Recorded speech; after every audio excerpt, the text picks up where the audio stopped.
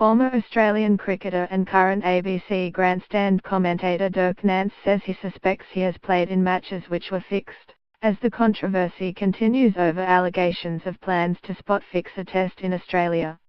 Speaking on grandstand on day 2 of the third Ashes test in Perth, Nannes talked about his time as a fast bowler in the Indian Premier League and Bangladesh Premier League. He said one incident earlier this year gave him a glimpse into the amount of gambling on cricket. This week, The Sun in the UK published what it said were secret recordings with 2 men claiming they had an agent in the Australian camp, known as the Silent Man, able to help spot-fix results in the Waker test. Cricket Australia boss James Sutherland responded, saying there was no evidence players from either side were involved in plans to rig parts of the third test, and that CA had absolute confidence in our players. Nannes said clearly match fixing had to be taken seriously, but that he would be astounded, absolutely gobsmacked if the Sun report was found to have any merit in Australia, even at Big Bash League level. It's a massive betrayal of so many people, down that slippery slope. The games that I have raised eyebrows about, there's probably 1 or 2 that I can think of, where I've thought, they haven't played that quite right. The captain invariably has a response, but a few times you play in games where you feel you'd agree with what's happened. It is those satellite tournaments.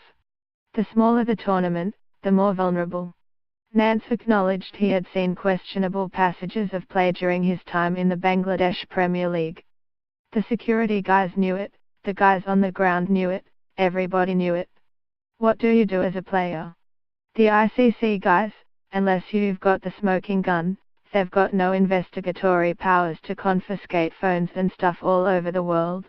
You can't go around doing that unless you're the police.